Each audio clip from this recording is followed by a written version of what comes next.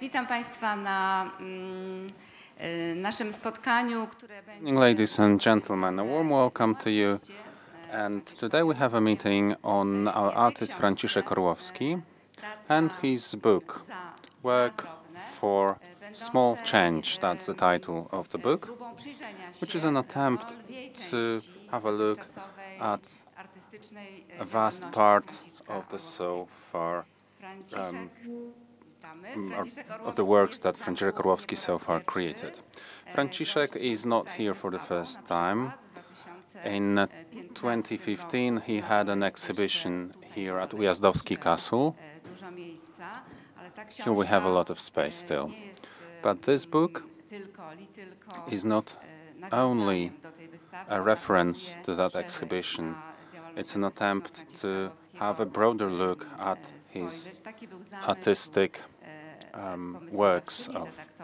That was the idea of Magdalena Radomska, the author of the idea of the book, and Magdalena is here with us and is going to participate in the conversation. And Magdalena invited to have a closer look at Franciszek Orłowski's works.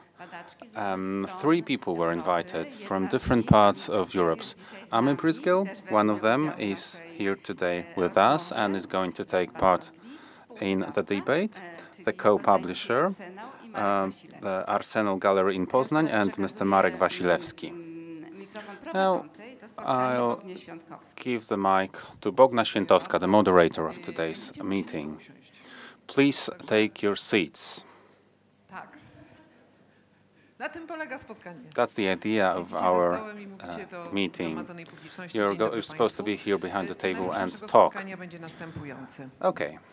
How are we going to proceed?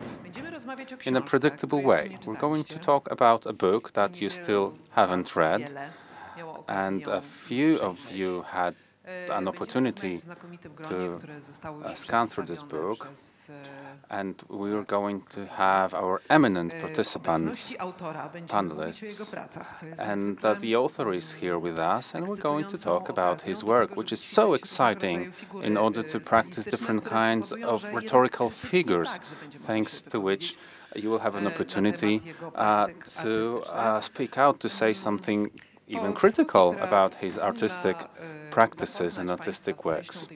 So we're going to begin with a short debate, and later on there'll be a Q&A session, so you'll have many opportunities to ask questions, and I really hope you will have questions, because we are at an institution that has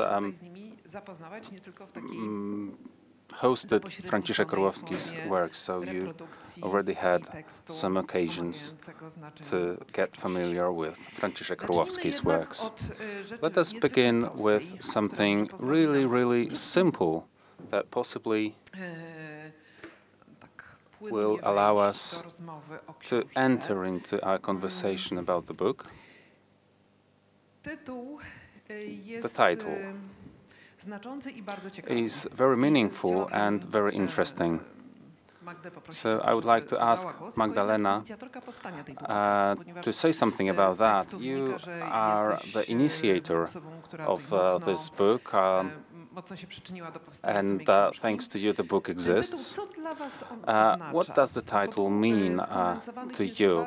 Because it's very condensed. Many meanings are inside this title, and they are a result of artistic practice in Poland nowadays in the world. Economic relations that Franciszek Orłowski likes to show in his works.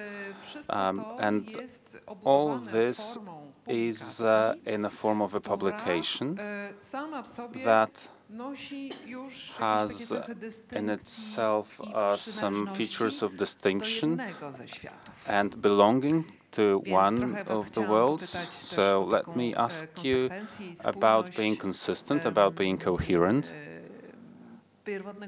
of the initial idea with the form that this idea to present Franciszek Orłowski's works in a compact way. Well, the publication today has a very special price, which is 60 zlotys. 60. We're going to talk about money today, that's true. All right, so, ladies and gentlemen, the idea for the topic and for the title of the book, and in the context of Marxist and post-Marxist philosophy of criticism of capitalism, results from my context in which I write in the introduction. I started analyzing Franciszek's works when I was working on my book, The Plural Subject, Art and Crisis After 2008. That's the global context. And at that time, I, so to say, framed works of Franciszek. First of all, The Kiss of Love, thanks to Alain Badiou's philosophy, and he states that there is an essentially plural subject common for love and revolution. The one is not, as he says, there is no one, there is nothing absolute, but at the same time there is no particular individual typical for capitalist dictionaries. And from such point of view of love as creating a commune which is constitutive for a kind of revolutionary action, that is how I framed Franciszek's works. And because this is the methodology I use, so when I was working with Franciszek's works, that was my framing, so to say. We've talked about that many times, because Franciszek was a bit convinced, as a bit not convinced towards such a methodology, but that was my idea to this work. And when I invited Amy Bryzgel to cooperate with us, an eminent expert on performance in Central and Eastern Europe, I think the best specialist in that matter in the world, Katerina Preda from Bucharest, an expert on political work in the global context, and Eva Stachowska. And it turned out that these experts share my view on ethical involvement of Franciszek, and they said that it's not really, it's Marxist provenience, but in some texts it was similar to my views. So we decided to organize it that way. And one work for small change, that's one of the titles of works of Franciszek, or Praca za nadrobne in Polish. However, in English, work for small change might also mean something else. It's impossible to translate it, literally. Maintaining the same meaning. So, working for a small change, to make a small change. So, the idea was that Franciszek, or in general artists that have an anti-capitalistic views on reality, they are not able to change the reality 100%. But according to my introduction, is changing quantity into quality. So, small changes accumulate, and finally they cause a bigger change in the society.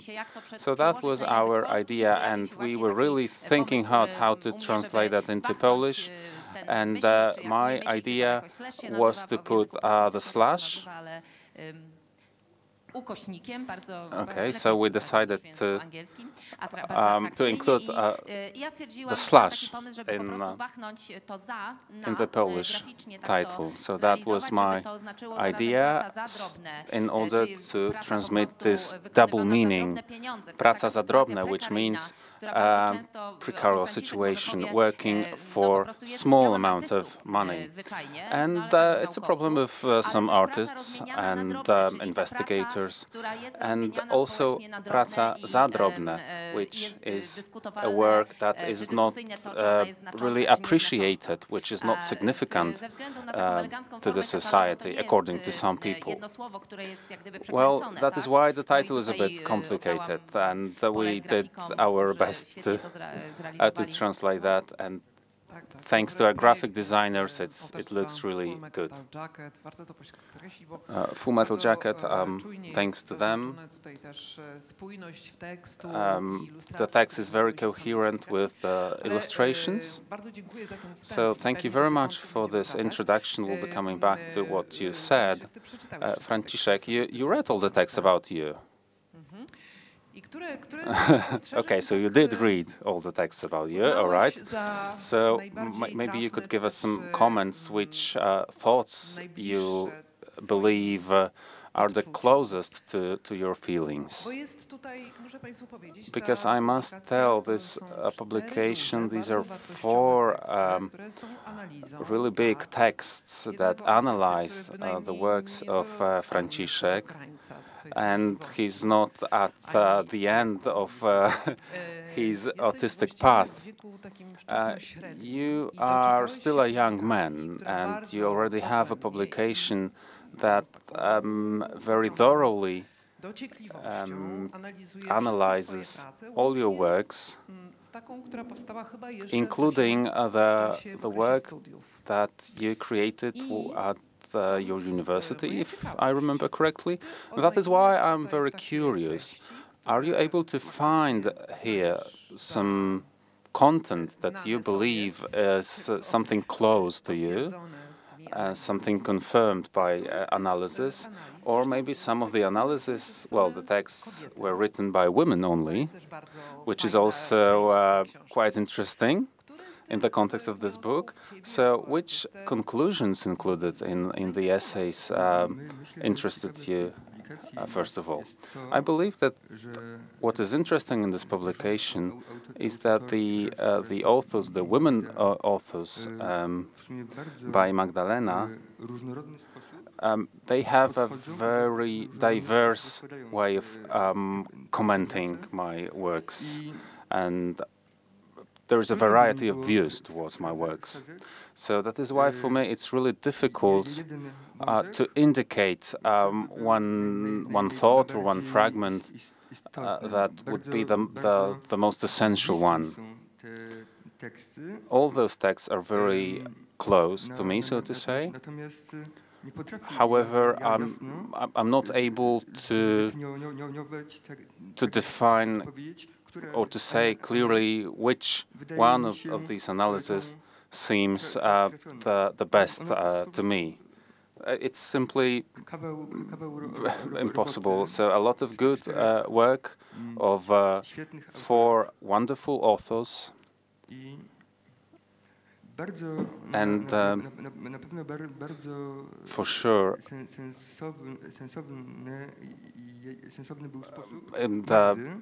the way Magdalena composed her text was very sensible, because her comments or her references to my works really referred to the problem of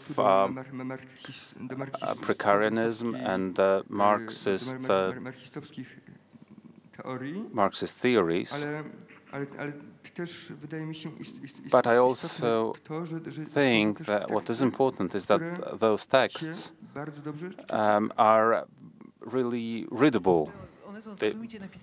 They're very well written, that's true. And I'm talking to you, I'm looking at you. I was really surprised by the fact that your works turns out to illustrate really well phenomena that we observe in the globalized world, not only in the world of arts, events that are sometimes contradictory, and they are kind of a fuel to artistic minds. They provoke to thinking, to interpreting reality, and to finding some meanings that are hidden from the society.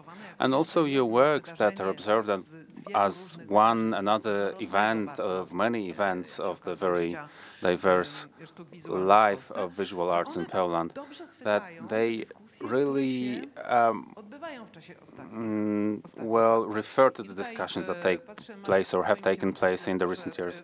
And Marek, I'm looking at you because Poznań on the map of Poland seems as a point of initiative, a very emotional place. And your institution and you yourself in the recent years, you have lived a lot of tensions and different situations that are related to these tensions of ideals of frictions, or as Franciszek says, that the art is not supposed to do something or supposed to do something. So if an artist does something, he's not an artist anymore. So please tell us about your perspective, because you've known Franciszek for a long time. You live in Poznań. You really fight in the Arsenal Gallery, and your artistic practice evaluated from certain positions that are a consequence of the transformation, what happened in Poland after 1989. So what is your opinion? How such books as the one of Franciszek can help us understand art as a tool for understanding contemporary world? Because I think that the biggest problem is that art is being pushed towards positions in which it doesn't want to be. Art is like an event that should take place in an institution. It's a difficult and very extensive question, so let me refer to what you've said by...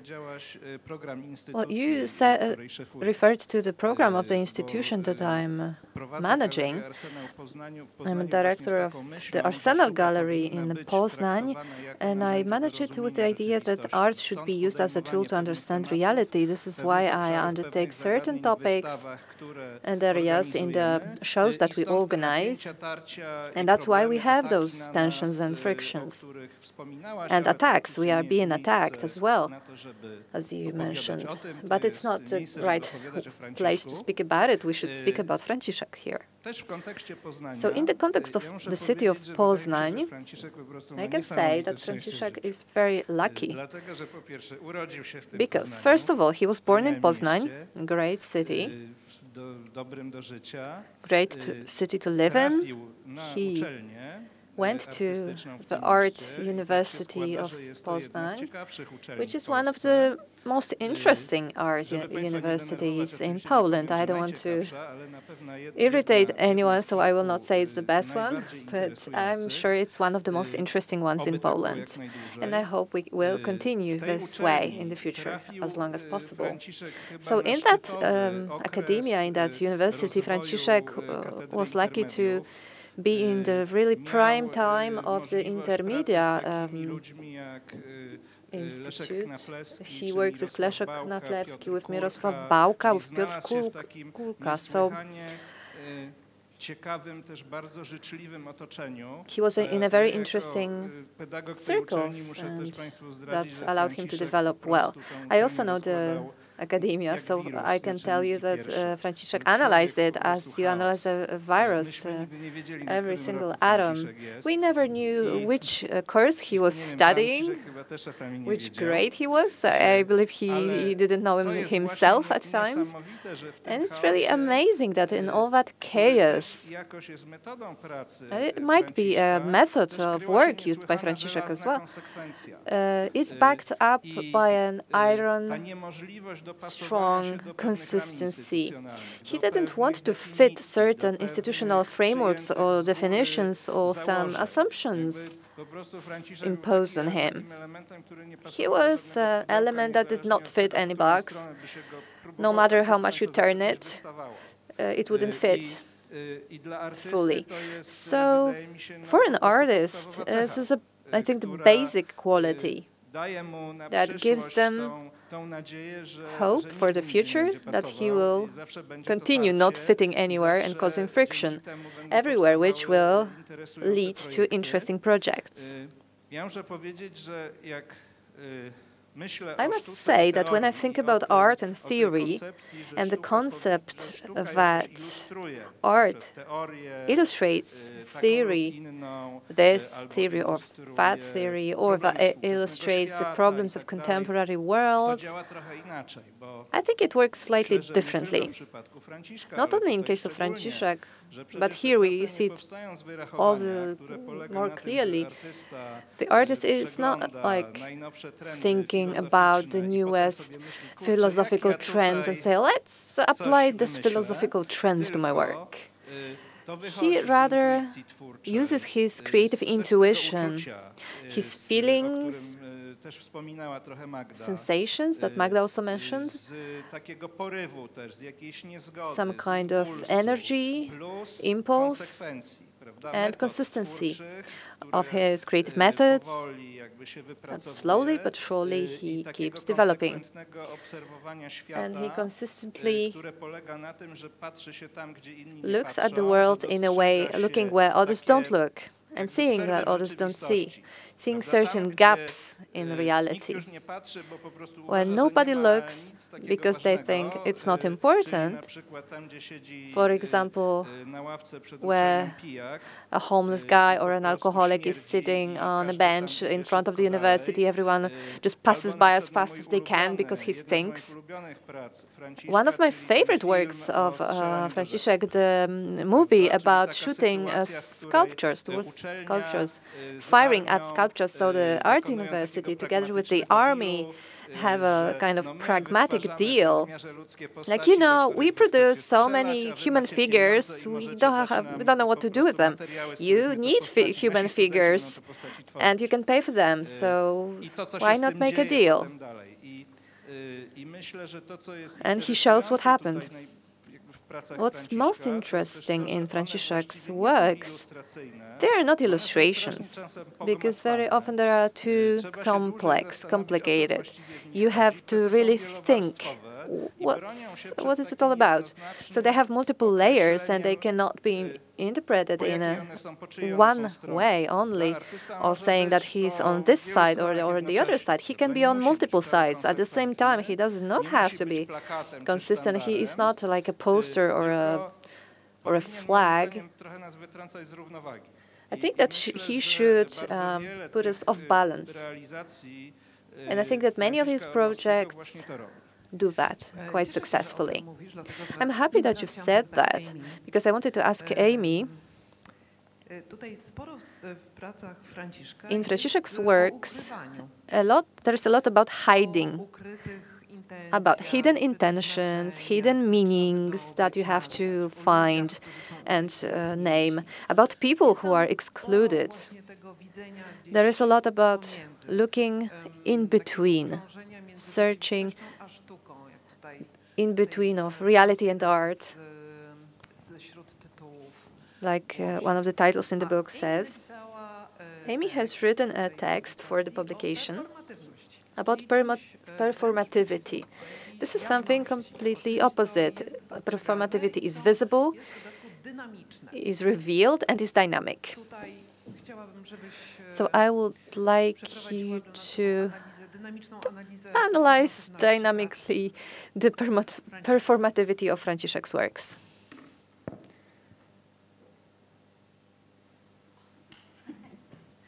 So, sorry, apologies for speaking English, but thank you for inviting me to be here. It's such an honor.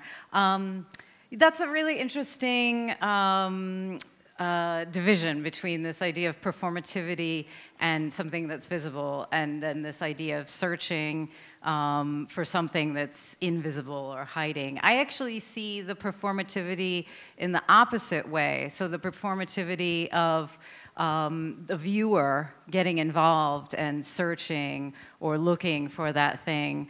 But also when you were talking about this idea of seeing gaps and looking for gaps, that's also, it reminded me of the way that they describe research, that you're always, as a researcher, you're always looking for your gap, your question that no one else has answered. And I think there's also this performance of asking questions and looking for answers in a more maybe physical or visceral way. So instead of, you know, from a theoretical standpoint, from actually being involved with people and interacting with them, and then the viewer also has to get involved as well. Especially, so a good example of that is the tent that Franciszek made out of the clothing from the homeless people. That you would actually, I mean, then it's as if the viewer can almost almost do that same performance that Franciszek did when he was wearing the homeless person's clothes, because they're in that tent and they're smelling this, these horrible smells that, as you were saying, you want to just go by quickly on the street. So I see performativity as this idea of looking for things, that I think is the performativity of it, yeah. And I'll just add one thing, because we were talking before about this idea of performativity. It's this word that gets really used so much nowadays. Of course, I wrote about Franciszek's work in the context of performance, because that's my area of expertise, and so maybe I also have this like performance glasses, because I see everything through the lens of performance. But I think nowadays it is this kind of popular term. I don't think that it's that all of a sudden things are performative or they're like performance. I think we're just starting to see this idea of performance, and we see it in different aspects of society, performance of gender, different performance of identity, nationality, and things like that. And there's a book out there right now about the performative turn from the 80s until today. But I think it's just something that we're starting to maybe talk about more directly, and I mean, it's something that I think has always been there. So, yeah. Emil na pewno wspomniała inne tańce, inną nowość. So you said about different dances, different novelties in the Ujazdowski castle. Franciszek, you are not saying much.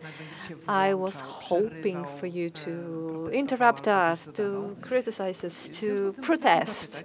You don't do that, but I will ask you a question, therefore.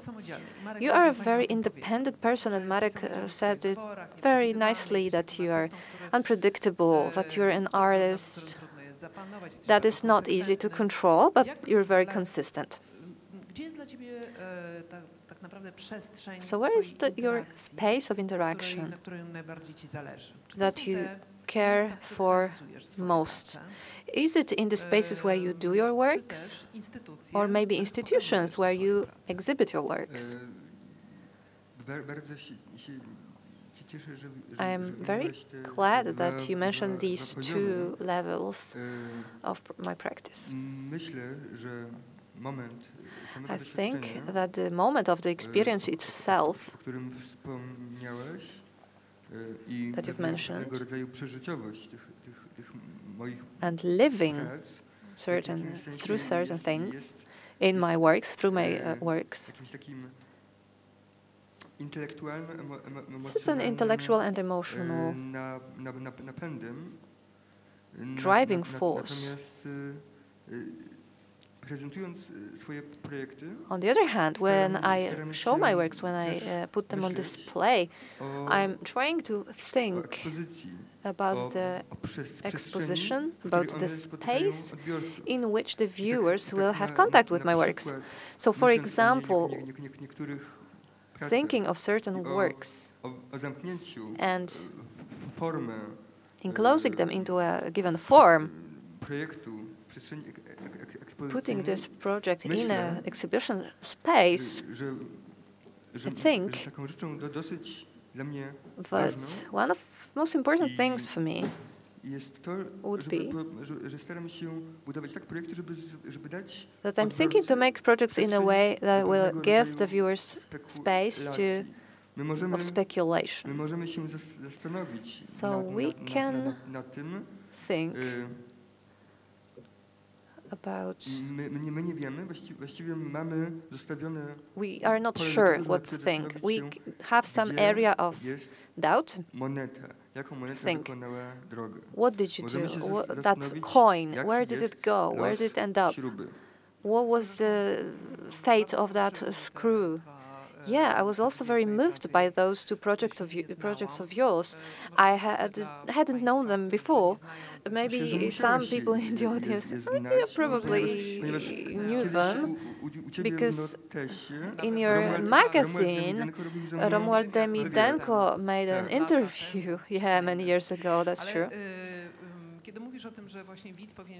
So you say that the viewer, the public, should think and have doubts and speculate about your works, where they fit in today's world. So I'd like to ask you, and I didn't find the answer in that book, who sews, who makes those curtains and the textiles? Do you do it yourself? Do you cut them with scissors and stitch them up? Or do you only give the idea and do you do it with your own hands? Up to what point do you engage into the production process? I will also ask Magda later to talk about it, because conceptually your works have a conceptual and intellectual layer, but do you also physically, manually produce them? It depends on the project itself. About the textile works, of course, I cooperated with tailors, with professional tailors, who... What was your cooperation with them? It was very good cooperation, very nice. They are wonderful people. Women. One of them is a mother of my friend, who I also thank in my book. And I also mention his mom in my thanks.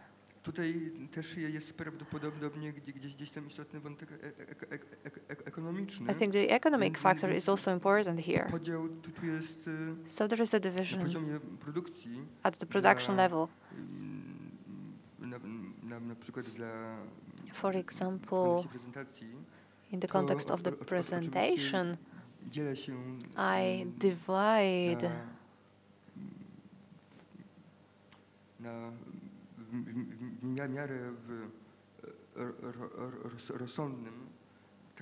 I share those obligations with others in a reasonable way.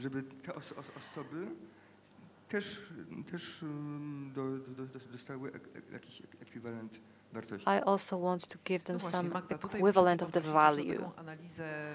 So, Magda, from your point of view, could you analyze up to what point these art practices engaging in other works of other people, how can we analyze them? That's interesting. I think it's a point that we should mention and should say openly, that the works were made by a team, a group of people engaged who are not visible. They are not the celebrity whom we see. They give the physical work of their hands. And many authors of works of art are invisible and unknown. While here, we are also analyzing economic flows, right? And this is also the topic of many works by Franciszek. But they also illustrate this flow. Yes. First of all, the literature of the topic. Howard Becker in the 80s wrote the book Artworks, and he says that every artwork is collective. He did not base it in Marxism as much as I would like to see it today, but every work is a collective work. Our friend Monika Baki also stresses the work not only by people, but also other, let's say, animalistic persons or simple organisms. This is also work. How to analyze it? Well, this is actually the main problem would be parting from formal analysis that we used to have in the artist analysis and passing towards materialistic analysis by in the way that Marxists used to do it. not only form of the artwork, but also the work that was put into it, materialistic one.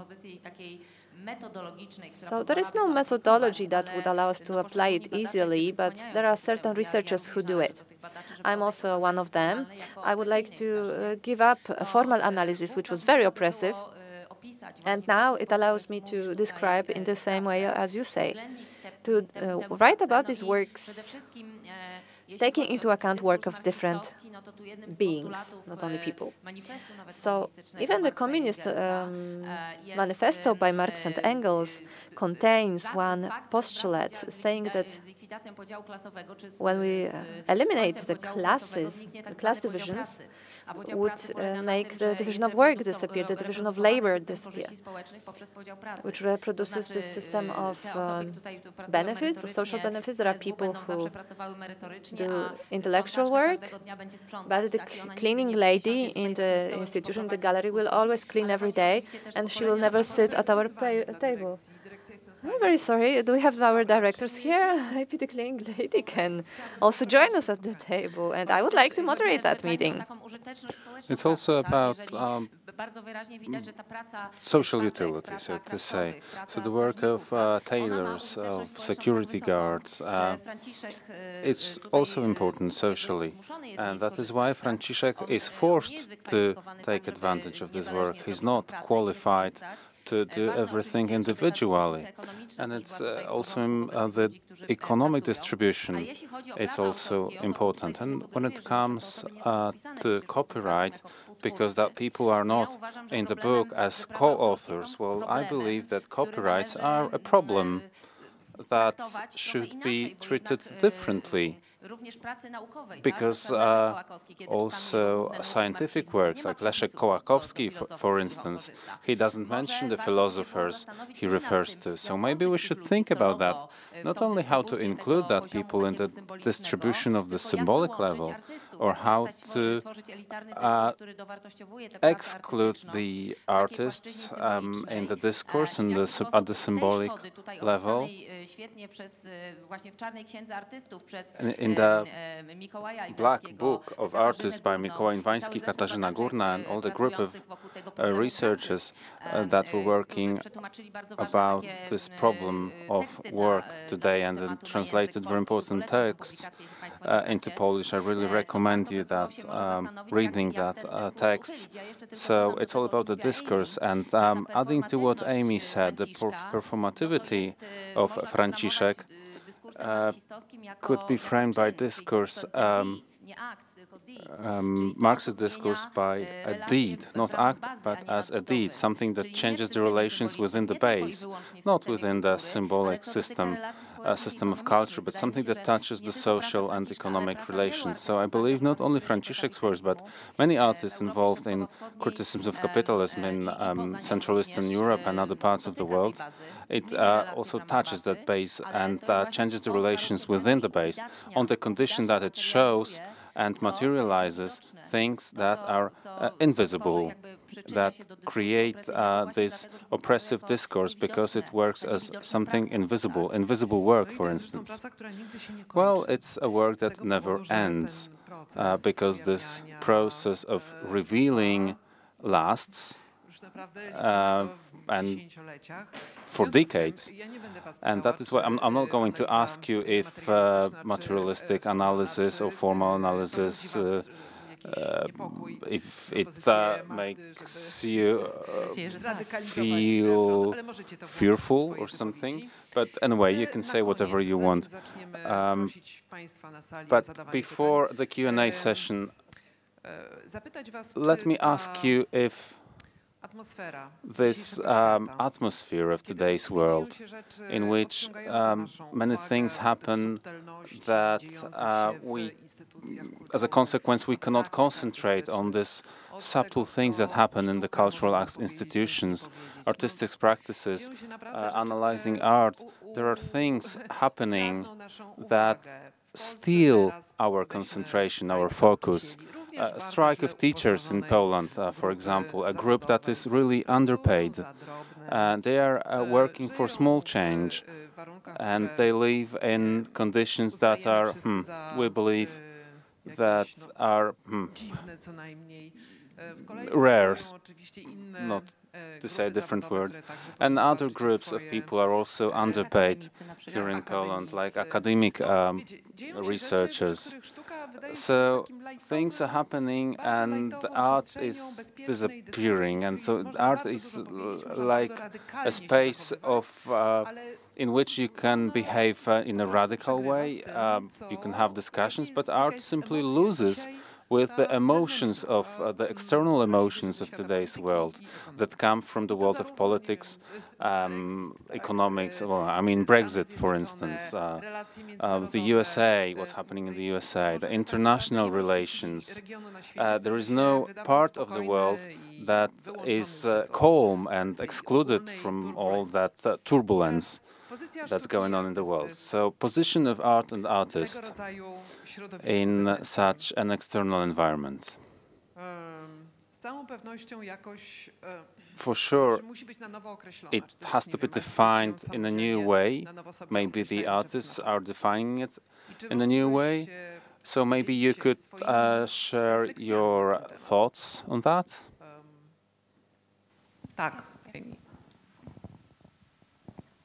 Well,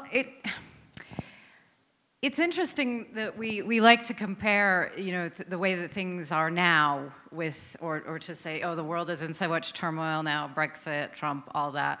But having done so much research on art under communism and in so many different situations, like communist Romania, for example, in the 1970s under Ceausescu, you know, there's always these things that you know, seem more important or bigger than art. So political struggles, the struggle for existence, so I think I don't think it necessarily changes art. I think there always has to be a space for art to be somewhere separate, because when it's in a separate space, even if it relates to reality, even if it, and I think it should. I mean, I think, you know, I think that this idea of a pure art that is not connected to reality, I mean, not to speak negatively about it, but I mean, I'm sure there's a place for that. But I think the most interesting art is the one that connects with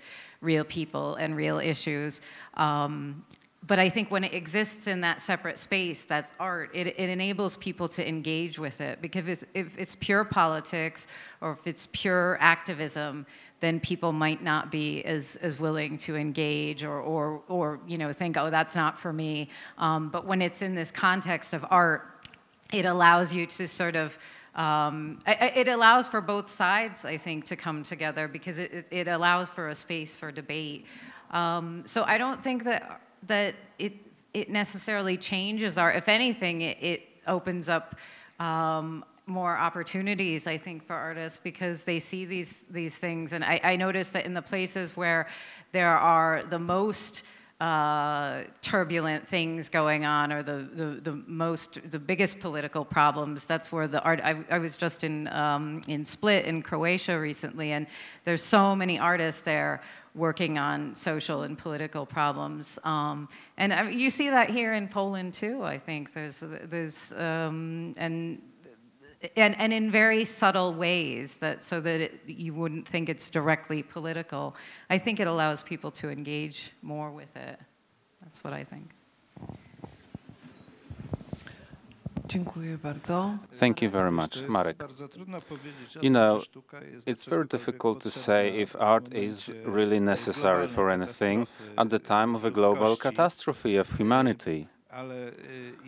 However, referring to what Magda said, recently I've read a text by Boris Groys, and he describes this passage in the perception of art, visual art, from aesthetics to poetry and from form to content.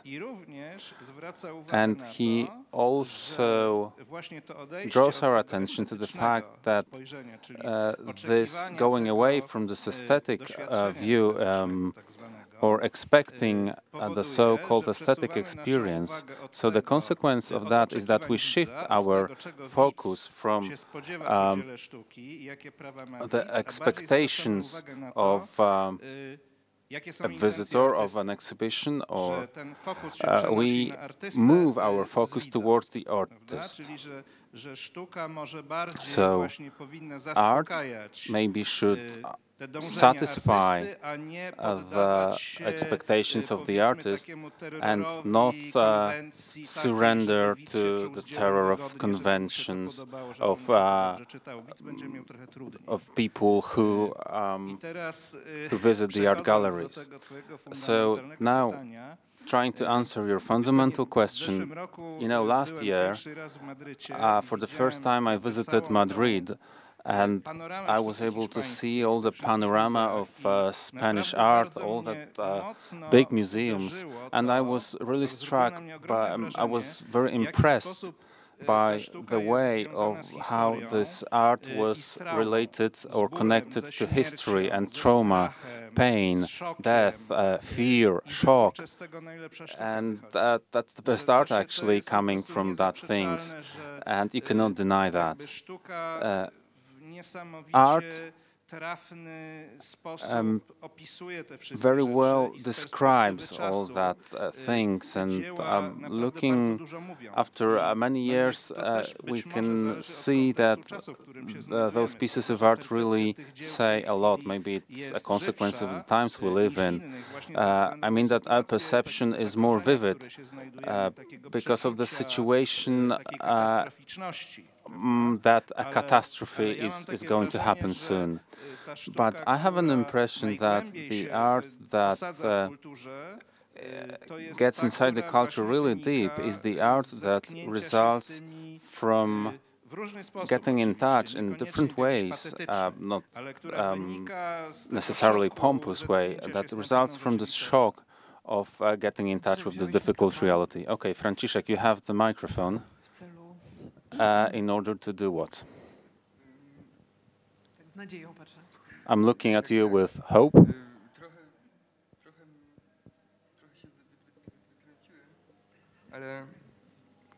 Okay. Okay, let me ask you the same question, maybe, or maybe you just wanted to refer, is the art losing force, losing strength, or getting more strength? Or how about the perception? How about the artists? How about the spectators? How about what Marek said about the content that can refer to important pieces of art? Or maybe you prefer to work during difficult times?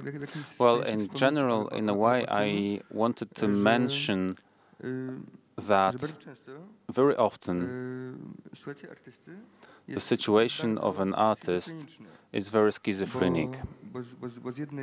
Because on one hand, the artist can have an exhibition here at Ujazdowski Castle, have a catalogue, or for example, at the same time, he or she can simply work hard at a construction site.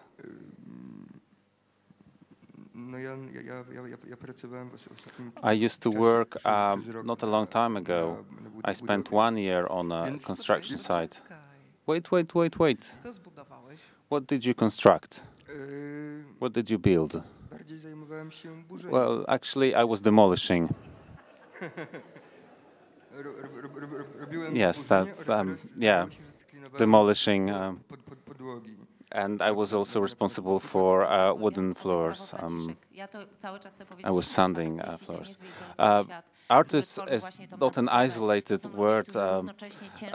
Artists work really hard. They work in libraries. The most renowned artists in the Central and Eastern Europe, and also happens in the so-called West. One of the key artists for Balkans works in a library, and these artists, they work very hard physically. So thank you, Franciszek, for mentioning that. We should speak about that openly at the time of success, because if an artist who is unsuccessful says such things, well, such a voice is not being heard. Maybe you can say, "Oh, you're a bad artist, so that is why you need to work at construction site." Let me quote one of the Hungarian artists who write in English: "We are not talented enough to pay our rents. It's our fault that we are not," which really illustrates that. Okay. And it's your turn. Well, I think that, in fact, artists, which is obvious, are precarious people. Okay, I'm really happy I asked you about that construction site. But it's true that reports elaborated recently, thanks to the Academy of Fine Arts in Warsaw. They did a research on how the artists maintain themselves, how do they make the ends meet, what do they do to pay for food. And it also has this dimension, a research-like, statistical-like dimension. And somehow this situation is not going to be normalized. And the functioning of a forum of visual arts, and the work is endless for the artistic environment. But maybe let us finish this part of our meeting. In a moment, you'll have your opportunity to ask questions. So maybe let's finish this part by coming back to the book for a moment, because we mentioned the title, the origin of the title. We also talked about the very interesting analysis that show what's the starting point of Franciszek's works and the phenomena they refer to in Europe, in the world, in our region, and what's going on in visual arts when we look critically at the world. But the book also, which I'm not discovering America here, is bilingual. So how is this book supposed to work? What was your intention? What is role? What is it supposed to do?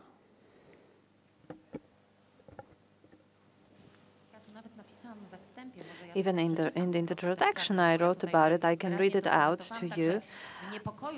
I commented it clearly. So this book looks very elegant and is quite fancy. So this form, you can treat it as a coffee table book. I'm not sure how to even say it in Polish. So I said that I hope that the work should not be treated as elitarian and not as a coffee book table, but rather in reference to its context where it has been created. I would also wish for it to be one of those small changes that, if we take the philosophers at their word, come together, slowly accumulating towards a tipping point. So maybe even the form does not suit our objectives. It will look fantastic on photos. I don't doubt it. I hope that we will be able to show changing, diverse contexts and oppressive contexts, this economic and political oppression in our country in many levels, and is getting worse day by day. And I think that works by artists like Franciszek. And this book also is supposed to show us that it's worthwhile to try and work hard to make a change, even if it's only a small change. So I'm not sure if maybe the Ujazdowski Castle will be able to contact foundations, libraries, to make the book available in different places. You can put it in prisons,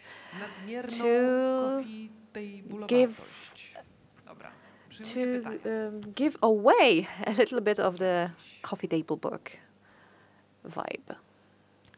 Do you have any questions, please? Don't worry, you don't have to be, like highly analytical. You can ask anything the artist, even the most simple things. Cześć, Franciszek. Jeśli tak, ja ciebie zapytam po angielski, dobrze? Your work a little bit for me connected with Walter Benjamin and Dla mnie twoje prace wiążą się z Walterem Benjaminem, który powiedział o relacjach między artystami i politykami. W latach 30. mówił, że artyści w czasach globalnych zmian, w takich ciemnych czasach, trudnych,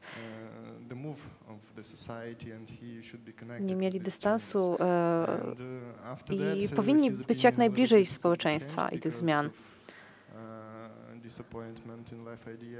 Ale później był rozczarowany i okazało się, że artyści w wieku XX może zbliżali się bardziej do życia politycznego. Ja jestem ciekawy, jaka jest twoja postawa, jak byś opisał swoje podejście do polityki, czy chcesz się angażować, czy może wolisz się zdystansować i zostawić przestrzeń na myślenie, percepcję i nie zawracać sobie głowy tak bardzo aż polityką i pozostać bardziej w świecie sztuki i kultury w twoim kraju. Trudno wydaje mi się jest zachować będąc I think that it's quite difficult when you are an engaged artist to be distant and to keep your distance from politics. I think it's impossible. We are trying to think and work and make projects. Very often I do it intuitively, but wydaje mi się, że przez to jest to w jakimś sensie szczere. That is also honest and I'm sincere in what I do.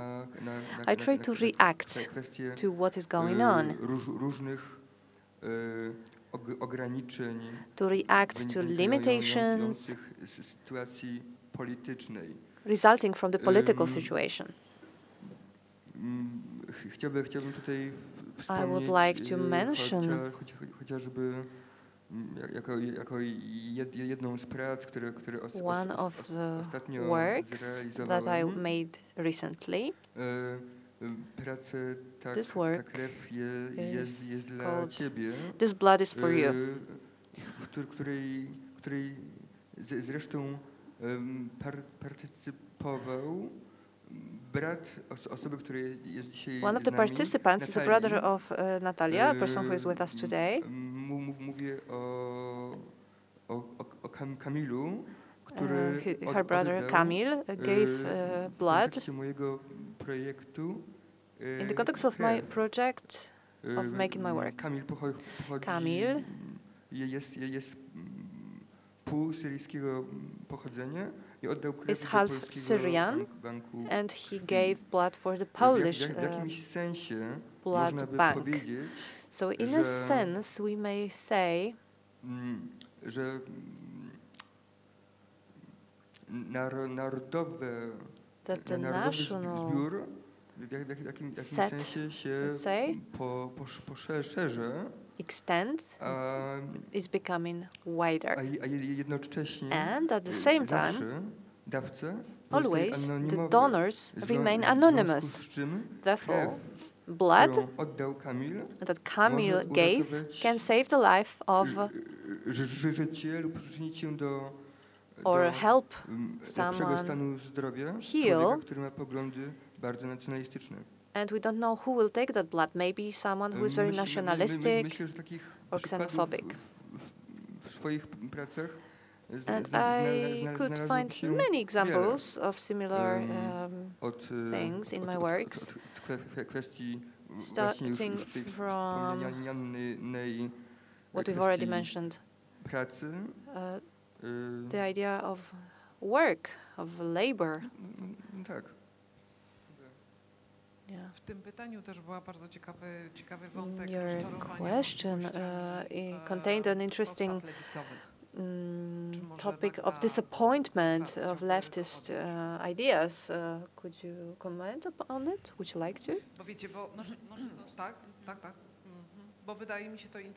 I find it interesting on the political level whether the left can produce a party that will enter into the parliament, that will succeed in, and ending with artistic activity, which is subtle. So what results can we expect? Isn't it disappointing? Doesn't it produce conflicts? What about the discussions and debates within the leftist circles themselves? Don't they forget about the most important things? Let me comment upon it. Do you mean Poland or in general? Well, similar things are happening with left-wing politicians, not only in Poland, but also in other countries. So maybe it's something more universal and global, that why the left wing is becoming so weak lately. I think that in general, left-wing ideas are very broad. And people with leftist view are also a very wide and diverse group of people with extremely diverse sub-currents and different kinds of perspectives. It might also be a weakness that they are too open, maybe, and are able to debate everything, which emanates freedom. This is an emanation of expression of freedom. When confronted with the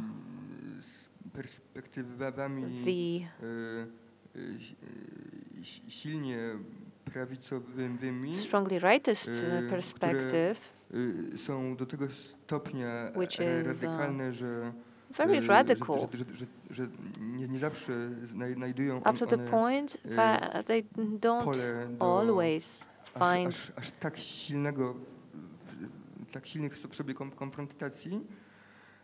field for that strong confrontation. The leftists turn out to be weaker. Maybe that's why. I think that the left wing is able to act, but still there is no agreement, because when we have revolution, revolution is a process, an open, unended process. 1917, 1905, Badiou that wrote also about 68, Stalin, who also contributed to revolutionary art, that should be art in the process of making.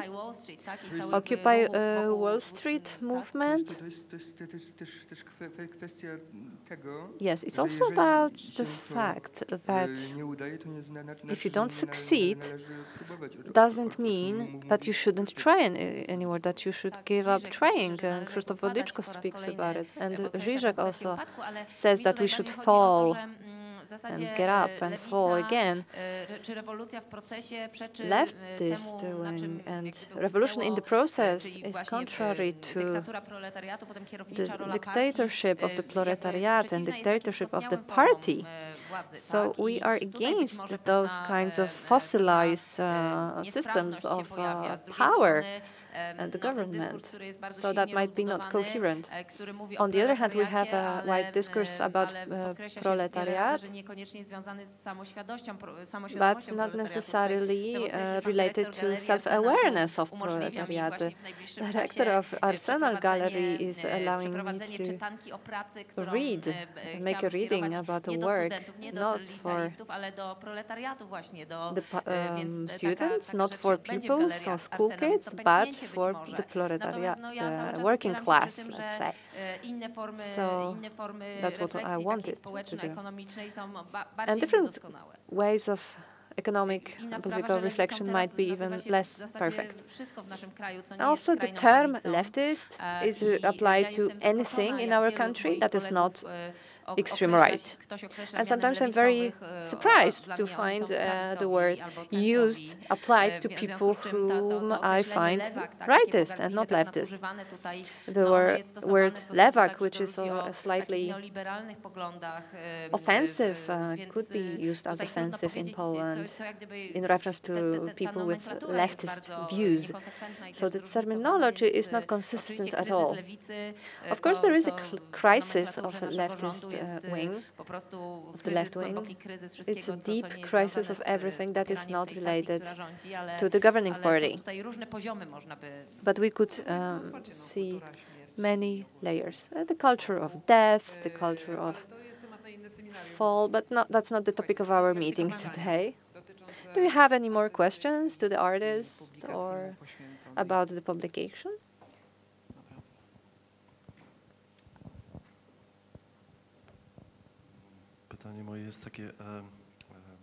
My question, we can see on the movie, one of your works, The Kiss of Love.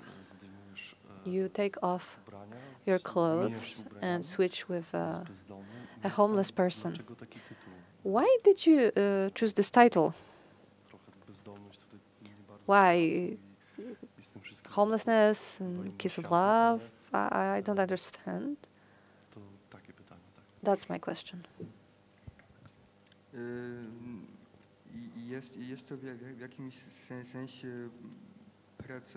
This work, in a sense, touches upon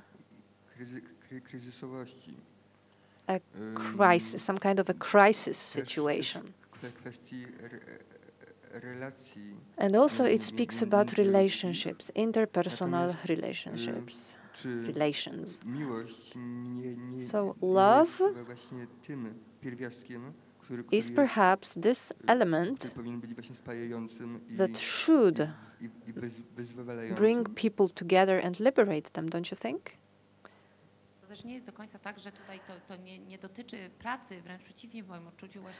I wouldn't say that it has nothing to do with this work. Homeless people are also, they don't have a job, so artists also often feel precarious and without a fixed job. So they might feel that they are alike. It's not about charity at all. I read about it in a Krytyka Polityczna. They published an article about charity, that a charity is not good in the end. This is not about charity, it's rather about class solidarity. Understood that in this commune of a plural subject, we can exchange stuff. And this makes sense. From the point of view of Badiou philosophy, there is not something like one. There is only two, but it's not 1 + 1. So subject must be always plural. It's its essence. So in love, the subject is plural and it's internally diverse. So from the point of view of this philosophical framework, homelessness is related to work very strongly.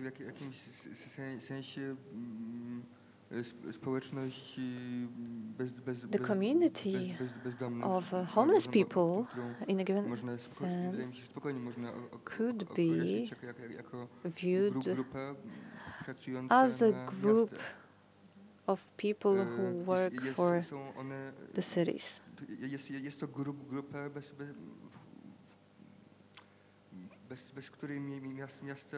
This is a group of people that cities need to operate. Marx also works about those additional people, let's say, the function of capital and accumulation of capital and added value. And he also enumerates homeless, prostitutes, and artists. And also maybe you know the song by Kazik, who sings about it. So these are people who are not able to earn their money in a legal way, or who only earn something from time to time, who are socially excluded from the capitalistic hegemony, which is also reflected in different kinds of proposals of how we can group personality profiles, and psychology also gives attention to artists, saying artists are close to people who are not subordinated, who don't want to fit the frameworks, who break social rules, who are at the margin and are unpredictable. Do you have any more questions? Don't be afraid. Thank you for the meeting today. Thank you for all your comments and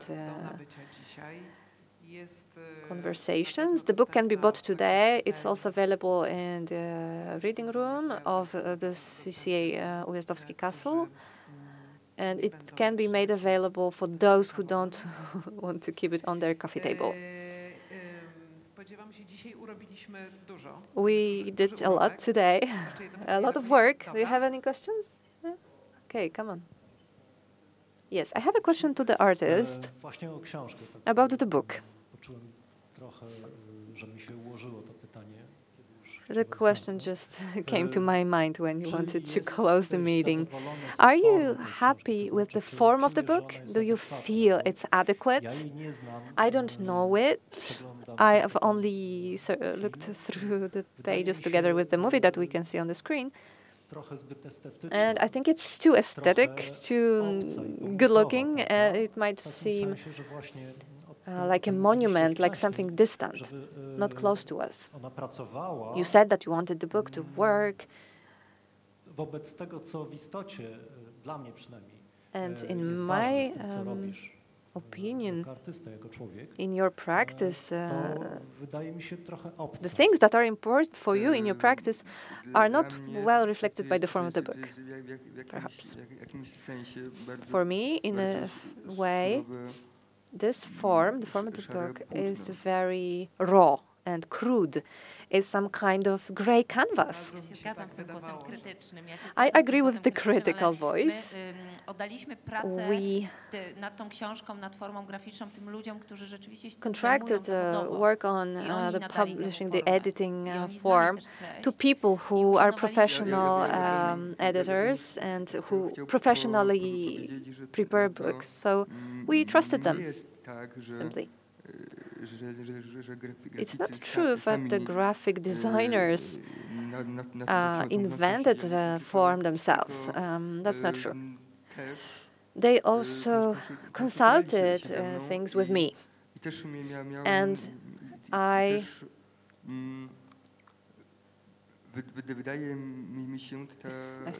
suppose that this form, the form of the book, is crude and raw. It's not a gadget. It's not a shiny gadget. I wanted to comment on it, on the design of the book, precisely, because we spoke about the potential to transgress limits of borders of different institutions, that we can put it in the forest, we can put it in the library, we can put it on a construction site, in a prison, or whatever. So, how do you make shoes for the construction site? You make strong shoes, you make durable shoes. So this is how the book is made. It's well made. It's something with hard cover that can survive everything. So I can see some consistency in this. If we wanted to follow the voice that, wow, the works are about precariousness, so maybe the work should be precarious as well. The book should not have hard cover. Maybe the paper should be worse. Maybe it should be badly made. And I think that we would lose the point here. This book is a survival book. You can hit someone on the head and kill them. And it's really like those construction site shoes. It's like a brick. So I think that's a good thing about it, and it's a positive value, because the cover protects the content and allows it to survive for a longer time. And also, another comment, in spite of what Magda says, that the artist should be lost in this plural subject, he says what he says, the artist will also build a monument of himself or herself. It's like a brick that they add to the monument. And I'm not criticizing here. I'm also speaking that the artists search to be durable, to make their work survive, to be timeless somehow. So they need objects such as a well-made book that will survive a long time. An artist who is also a trickster in a way. We haven't mentioned this topic. When you switch clothes, when you it's like dressing up. For me, it's not that much Marxist. It's rather about medieval literature. The trickster, some kind of a rogue, or a person who stirred the society. They switched clothing with beggars to manipulate and produce a change. So I can see this kind of reference here, a link with this kind of thinking. Franciszek as the trickster switches clothing with a beggar and enters the salons, the world of art, and he provokes changes that we have just talked about. That's a risky thesis, but I like your idea, and I like that we have argued about form to end the meeting. Marek, I thought you would be even more critical and dynamic. But do you like this gray cover? I think everyone will speak about it later when we leave the room. And thank you for the meeting today, and congratulations on this wonderful publication.